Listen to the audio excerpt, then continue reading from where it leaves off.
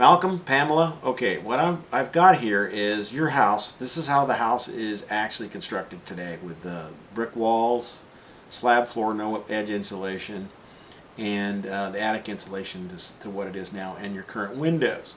This is the actual load. So if we take a look at this, you have 54,866 in heating load, and on your cooling load, you got 37,401.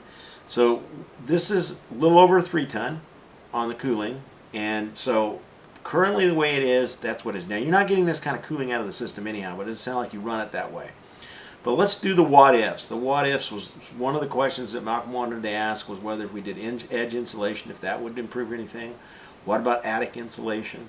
How about windows? So let's start with your probably one of the bigger bangs for the buck. We're going to go ahead and change the windows. So I can go in here and I select my windows on this sheet, and I'm going to change all the windows to double pane vinyl clear low E, and I'm just talking about a standard low E window. So do that, click OK, and now then let's take a look at our loads. And our loads went down to 2.7 tons, 47,000 BTUs for heat, and 30,000, little right at 2.5 tons for your cooling.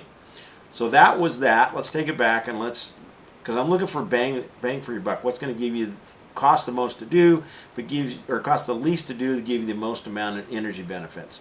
So let's undo that one. So I just go up here and I'll hit edit, undo, and now then let's select the attic insulation. So we're going to go ahead and select rooms, and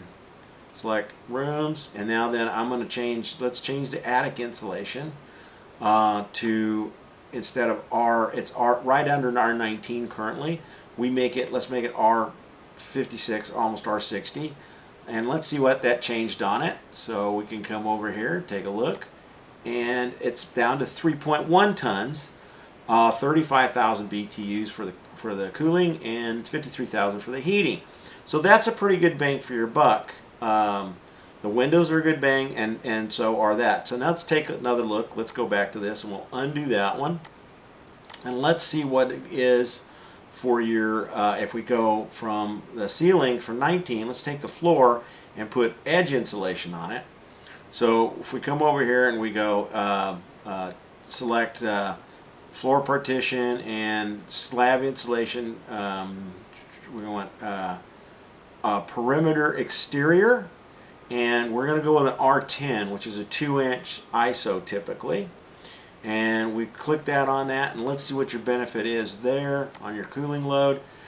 Didn't change it much. Took it down to 3.3. I mean, you're at 54,000 and 37,000 still. So this doesn't do a big bang. And like I told Malcolm, edge insulation usually never pays off. It does pay off if you do it when you initially construct and you do the whole slab, but it doesn't pay off there. And this is another thing. Your radiant barrier, or your radiant floor, there's no insulation under there, so the heat radiates back down. When you construct a house today, they put insulate the under the slab, and that way that heat radiates back up, and then we don't lose that energy. So it's heating a floor with radiant floor in California. If it's not an insulated slab, it usually doesn't work out too well, and that's the big downfall with a lot of guys that do radiant floors. They don't insulate the slab. They just put it in, and that's not what you're supposed to do. You're supposed to insulate the slab. So let's go back and we'll change that one to, we'll edit that one out and do an undo. And we did the windows, we did the insulation, how about if we did the walls? What would happen if we went on the walls, and I'll go over here and we'll select the rooms again, and then we'll do the walls. What if we change the walls, because those are the brick walls, why don't we change it? What if we put in insulation on the outside and then stuccoed that? So you'd have a brick, and actually we just change it to stucco, but we're going to put insulation on the exterior finish here, so an exterior board, and let's do an R10, which is 2-inch ISO. And if you did that, what kind of benefit would that do you? Well, let's take a look at the loads now. And suddenly we're at we're below 3 tons of cooling. We're at 2.8 tons, almost 2.5 tons, 32,000 for the cooling, 41,000 for the heating. So, but then the cost. that costs so much to do, it may not pencil out. This is one of those things. Keep the look of the house. Now, the windows are going to give you a big bang, and so will the insulation. So that would be the two things. Seal the house, get the infiltration down, insulate the attic. Of course, you're doing the new ductwork, the new system, burying it in the insulation. And then we'll look at doing that radiant floor so that you can use it. But I wouldn't use the radiant floor. I'd use the air-to-air heat pump most of the time. It's going to be very comfortable. You could use it occasionally to warm up the floor, but it's expensive to run a radiant floor in California without an insulated slab. So I would not suggest you do that.